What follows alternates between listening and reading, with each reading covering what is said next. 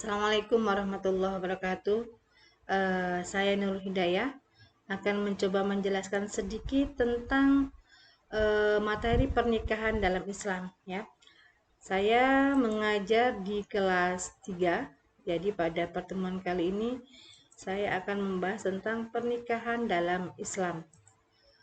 Yang akan kita bahas adalah tentang hukum nikah, tujuan nikah, rukun nikah dan syaratnya, kewajiban suami istri, talak, iddah, dan rujuk. Ya, jadi inilah yang akan kita bahas pada video kali ini. Oke, selanjutnya yang akan kita bahas adalah tentang pernikahan itu sendiri. Ya, pernikahan itu apa? Pernikahan dari bahasa Arab nikah ya, dari kata nikah. Nikah berasal dari bahasa Arab yang berarti bertemu dan berkumpul. Menurut istilah, nikah adalah suatu ikatan lahir batin antara seorang laki-laki dan perempuan untuk hidup bersama dalam suatu rumah tangga melalui akad yang dilakukan menurut hukum syariat Islam. Jadi, yang terpenting, poin terpenting dalam pernikahan menurut Islam adalah harus adanya akad ya. Akad ini adalah yang menentukan apakah pernikahan itu sesuai dengan syariat Islam atau tidak ya. Jadi di dalam Islam sendiri jika pernikahan tidak melalui akad ya, maka itu tidak sesuai dengan syariat Islam. Contoh nih dalam konteks masyarakat, kalian pernah menemukan mungkin ada laki-laki dan perempuan yang mereka berkumpul ya. Awalnya mereka berkumpul ya, bertemu dan berkumpul dan mereka tinggal ya, dan mereka menganggap bahwa mereka menikah, tetapi mereka tidak melakukan akad ya, maka itu dikategorikan sama dengan zina karena tidak dilakukan sesuai dengan syariat Islam. Oke. Selanjutnya, hukum nikah. Hukum awal menikah adalah jaiz. Jaiz itu apa? Jaiz adalah hukum dibolehkan dan inilah yang menjadi hukum dasar menikah. Hukum awal menikah adalah jaiz, boleh ya. Itu adalah hukum awalnya. Tetapi berdasarkan konteks kondisi yang melatar belakangi, maka hukum nikah itu bisa berubah-ubah berdasarkan sebabnya ya. Bisa menjadi wajib, bisa menjadi haram, bisa menjadi sunnah, dan juga bisa menjadi makruh. Nah, yang kita bahas selanjutnya adalah wajib ya. Dalam konteks seperti apakah hukum menikah itu menjadi wajib ya? Yaitu wajib adalah orang yang telah mampu dan sanggup menikah. Akan tetapi orang yang telah mampu dan sanggup menikah ini ketika dia tidak menikah takut akan terjerumus ke dalam jurang perzinaan ya, akan takut masuk ke dalam jurang perzinahan, maka hukum menikah menjadi wajib. Dia sudah mampu, tapi jika tidak segera menikah, dikhawatirkan dia tidak mampu mengendalikan diri, tidak mampu mengendalikan syahwatnya, ya. Maka hukum menikah menjadi wajib. Intinya adalah ketika wajib jika dia takut terjerumus terhadap jurang perzinahan, maka hukumnya menjadi wajib. Selanjutnya, dalam konteks seperti apakah hukum menikah menjadi haram ya. Jadi di sini dijelaskan orang yang melakukan perkawinan tetapi ia mempunyai niat yang buruk ya. Sering kita nih saksikan di film-film Indosiar pernikahan yang mereka menikah tetapi mereka punya tujuan lain dalam pernikahannya. Contoh nih, untuk balas dendam atau untuk mendapatkan harta kekayaan ya. Jadi niat awal, tujuan yang tidak baik itulah yang menjadi hukum nikah itu menjadi haram ya. Hukum nikah menjadi haram apabila ya dia mempunyai niat yang buruk. Intinya di situ. Jadi mudah kita untuk menghafalkannya. Yang selanjutnya, hukum nikah adalah sunnah. Sunnah itu artinya apa? Sunnah adalah orang yang sudah mampu menikah namun ia masih sanggup mengendalikan dirinya dari godaan yang menjerumus kepada perzinaan ya. Jadi sebenarnya banyak sekali cara bagaimana kita bisa mengendalikan diri dari perzinahan ya. Biasanya ini para pemuda nih yang tidak bisa menahan syahwatnya, ya kan? Tapi dia belum ingin menikah, dia bisa mengendalikan diri dari godaan itu dengan cara berpuasa. Poin terpenting adalah kita harus mempertebal iman dan takwa kita. Karena dengan iman dan takwa kita, secara otomatis perbuatan-perbuatan yang tidak diridhoi Allah maka akan terhindar dengan sendirinya. Seperti itu ya. Jadi sunnah adalah orang yang mampu menikah namun masih sanggup mengendalikan diri dari godaan yang menjerumus kepada perzinahan. Itu hukumnya adalah sunnah. Hukum yang terakhir adalah makruh. Apa makruh itu? Makruh adalah orang yang akan melakukan pernikahan yang telah memiliki keinginan atau hasrat, tetapi ia belum mempunyai bekal untuk memberikan nafkah dan tanggung jawab. Ya. Jadi sebab hukum itu menjadi makruh, hukum nikah menjadi makruh, itu adalah karena dia belum mempunyai bekal untuk memberikan nafkah dan tanggung jawab. Jadi kekhawatiran dari laki-laki ketika dia menikah tetapi dia belum mempunyai pekerjaan, dan kekhawatirannya adalah ketika tidak mampu memberikan nafkah kepada anak dan istrinya, maka hukum menikah menjadi makruh. Oke ya, paham ya? Jadi hukum menikah itu ada 5 berdasarkan kondisi-kondisi yang ada, dan hukum awalnya adalah jaiz. Selanjutnya, tujuan pernikahan. Jadi membina mahligai dalam Islam ya mempunyai tujuan-tujuan tertentu.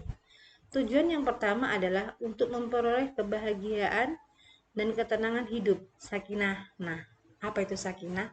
Seringnya ketika teman nikah atau mendapatkan undangan, kita memberikan ucapan semoga samawa ya. Nah, samawa itu adalah sakinah, mawadah, warohmah, yaitu untuk memperoleh ketenangan, kebahagiaan dalam berumah tangga. Tujuan yang kedua adalah membina rasa cinta dan kasih sayang, ya. Membina cinta dan kasih sayang dalam ikatan yang berada dalam ridha Allah, ya, di bawah naungan ridha Allah. Bisa nih kalau dalam tahap ta'aruf seperti kalian pemuda-pemudi bisa membina rasa cinta dan kasih sayang, tetapi kan itu belum diperbolehkan karena yang dianjurkan oleh agama kita adalah membina rasa cinta dan kasih sayang dalam naungan ridha Allah, seperti itu ya, melalui akad. Terpenting adalah pernikahan itu melalui akad. Tujuan yang ketiga adalah untuk memenuhi kebutuhan seksual yang syah dan diridhoi oleh Allah ya.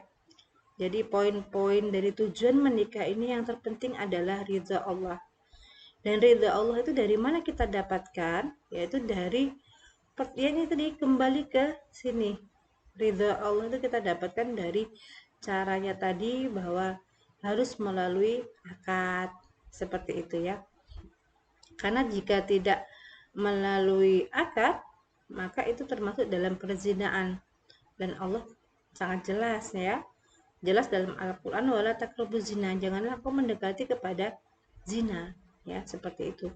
Kalau ibu bisa jelaskan, zina sendiri itu sebenarnya bukan hanya hubungan suami istri di luar nikah, tetapi tahapan-tahapan zina itu sangat banyak. Zina itu bisa saja zina mata, ya, zina tangan. Zina mata itu dimulai dari pandangan-pandangan kita, ya, yang memandang dengan syahwat, itu termasuk zina mata. Zina tangan, contoh nih, suka pegang-pegang ya kan, jalan berdua bergandengan tangan, awalnya cuma tangan ya, lama-lama lain-lain yang dipegang, itu masuk dalam kategori zina. Dan zina besar itu berawal dari zina-zina yang kecil tadi nih, zina mata, zina tangan. Maka yang terakhir adalah akan terjadi hubungan suami istri di luar dari pernikahan, seperti itu ya. Nauzubillah min dzalik, kita harus bisa mengendalikan diri kita ya untuk terhindar dari perbuatan zina, seperti itu. Selanjutnya, tujuan menikah adalah melaksanakan perintah Allah. Jelas ya bahwa tujuan menikah kita adalah melaksanakan perintah Allah. Karena kita menjalankan apa yang sudah diperintahkan oleh Allah. Selanjutnya adalah mengikuti sunnah Rasulullah. Rasulullah sangat menganjurkan kita, ya, para pemuda-pemudi yang sudah cukup dan mampu untuk menikah, untuk segera melakukan pernikahan seperti itu, ya. Yang ketiga adalah untuk memperoleh keturunan yang syah, ya. Pada pembahasan memperoleh keturunan yang syah, ini sebenarnya sangat panjang dan ada kaitannya dengan pembagian warisan atau bab mawaris, karena dalam Islam keturunan yang diperoleh di luar ikatan yang sah, maka secara hukum agama, walaupun ayahnya ini adalah ayah biologisnya, ayah kandungnya, tetapi dia terlahir di luar hubungan nikah. Ketika dia menikah nanti, maka dia tidak bisa menjadikan ayahnya menjadi wali nikahnya, ya, karena nasabnya terputus. Itulah dalam Islam kenapa harus menjaga nasab. Nasab itu adalah hubungan darah, seperti itu, ya. Oke, ini akan kita bahas lebih lanjut dalam kaitannya pada bab mawaris atau pembagian warisan. Oke, ya. Selanjutnya yang akan kita bahas adalah rukun nikah dan syarat nikah, ya. Rukun nikah yang pertama adalah harus ada calon suami. Yang kedua harus ada calon istri, adanya wali, adanya 2 orang saksi, adanya ijab dan qabul, ya. Jadi 5 poin ini adalah rukun nikah. Apa sih yang dikatakan rukun nikah? Rukun nikah adalah ketika salah satu dari kelima poin ini tidak ada, maka hukum nikah menjadi tidak sah. Jadi rukun nikah itu ketika 5-limanya ini ada, maka pernikahan itu menjadi sah. Oke, ya. Selanjutnya yang akan kita bahas adalah syaratnya. Kalau ini rukun, ini 5 ini namanya rukun. Calon suami, calon istri, adanya wali, adanya 2 orang saksi, adanya ijab dan qabul, ini adalah rukun yang harus dipenuhi dalam pernikahan. Oke, ya. Dan syaratnya itu apa? Syaratnya adalah yang yang harus dipenuhi oleh kelima poin ini. Calon suami, syarat yang pertama adalah beragama Islam, ya. Yang kedua, atas kehendak sendiri, bukan karena paksaan. Yang ketiga, bukan mukrim, ya, karena dalam agama kita haram untuk menikahi mukrim kita. Mukrim itu siapa? Yaitu orang yang haram untuk kita nikahi. Selanjutnya adalah tidak sedang ihram haji. Ini adalah syarat suami, ya dia. Yang kedua, harusnya syarat istri dulu, ya, tapi slide-nya syarat wali dulu. Oke, enggak masalah. Syarat wali harus mukalaf yang pertama, ya. Mukalaf itu apa? Islam, dewasa, sehat akalnya. Jadi kalau bukan Islam, dia tidak bisa menjadi wali nikah kita, ya. Contoh nih, bapak kandung kita Kristen, apakah dia bisa menjadi wali kita? Tidak, karena dia tidak Islam. Terus ketika ayah kita sudah tidak ada, kita mempunyai saudara laki-laki, tetapi saudara laki-laki kita adalah adik kita, dia masih kecil. Apakah dia bisa menjadi wali? Tidak, karena dia belum akil balik atau belum dewasa. Yang ketiga adalah sehat akal, ya. Jadi kalau orang ada kelainan, mohon maaf, kekurangan secara mental, maka dia tidak bisa menjadi wali, ya. Syarat kedua wali adalah laki-laki merdeka, ya. Kalau sekarang tidak ada, ya, budak atau hamba sahaya itu tidak ada, otomatis merdeka semua. Yang ketiga adalah adil, ya. Adil itu apa, ya? Kalian tahu adil? Nah, ini adalah menjadi syarat menjadi wali. Yang keempat, tidak sedang ihram haji atau umroh, ya. Jadi kalau orang sedang ihram haji atau umroh, tidak boleh melaksanakan pernikahan, seperti itu, ya. Oke, selanjutnya adalah syarat dari calon istri. Ini agak banyak, ya. Dari semua rukun, dari 5 rukun nikah ini yang paling banyak adalah eh, syarat calon istri. Yang pertama harus beragama Islam ya, beragama Islam. Yang kedua tidak terpaksa ya. Nah, ini menjadi permasalahan bagaimana konteksnya ketika perempuan itu nikah karena terpaksa. Contoh ya, karena apa namanya, desakan atau kemauan dari orang tua seperti itu ya. Jadi syaratnya adalah tidak terpaksa. Selanjutnya bukan mukrim. Tadi Ibu sudah jelaskan di bukan di syarat calon suami bahwa bukan mukrim. Bukan mukrim itu adalah siapa? Yaitu mereka yang haram kita nikahi. Nanti ada bahasannya setelah ini ya. Selanjutnya tidak bersuami. Kalau calon suami tidak ada syarat tidak beristri. Karena suami atau laki-laki boleh ya, boleh menikah lebih dari satu. Jadi ketika calon suami ini udah punya istri satu, apakah dia akan menikah lagi? Apakah itu boleh? Boleh. Tetapi kalau calon istri syaratnya adalah tidak bersuami, ya, seperti itu. Selanjutnya tidak sedang masa idah. Masa idah itu apa? Idah itu adalah masa jeda, masa menanti, ya. Idah itu adalah masa di mana seorang perempuan tidak boleh menikah. Masa idah itu adalah masa senggang ya. Contoh nih, seorang perempuan ditinggal meninggal oleh suaminya, dia mempunyai masa idah, masa jeda yang tidak boleh dia menikah. Atau seorang yang baru selesai bercerai, itu ada masa idahnya, masa jedanya, di mana dia tidak boleh menikah, seperti itu ya. Jadi tidak sedang dalam masa idah. Kalau masih dalam masa idah, perempuan tidak diperbolehkan untuk menikah. Oke. Yang terakhir adalah sedang tidak ihram haji atau umroh. Jadi ini semuanya ya. Baik calon suami, calon istri ataupun wali tidak sedang dalam haji dan umroh. Selanjutnya, seharusnya syarat saksi ya, tapi ini syarat ijab dan kabul.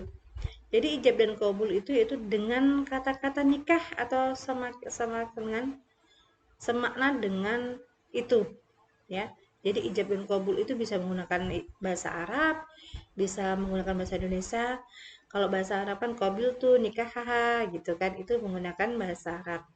Kalau menggunakan bahasa Indonesia, lafadznya ya saya terima nikahnya siapa bin siapa, seperti itu adalah ucapan ijab dan kabul ya. Berurutan antara ijab dan kabul. Oke. Selanjutnya adalah kewajiban suami dan istri. Oke. Sampai di sini dari 3 tadi yang Ibu jelaskan mengenai rukun, tujuan nikah ya. Ada pertanyaan, silakan kalian persiapkan. Jika ada yang ingin kalian ketahui atau kalian bisa menggali informasi berkaitan dengan di lingkungan kalian, di lingkungan sekitar kalian, kalian gali sebanyak-banyaknya. Selanjutnya akan kita bawa ke dalam forum diskusi. Oke. Cukup sekian ya yang Ibu sampaikan. Materi selanjutnya mungkin Ibu bisa sampaikan di lain waktu. Mudah-mudahan apa yang Ibu sampaikan memberikan manfaat ya, memberikan kepahaman kepada kalian. Semoga semoga Allah meridhai apa yang kita lakukan hari ini. Oke. Akhirul kalam, wassalamualaikum warahmatullahi wabarakatuh.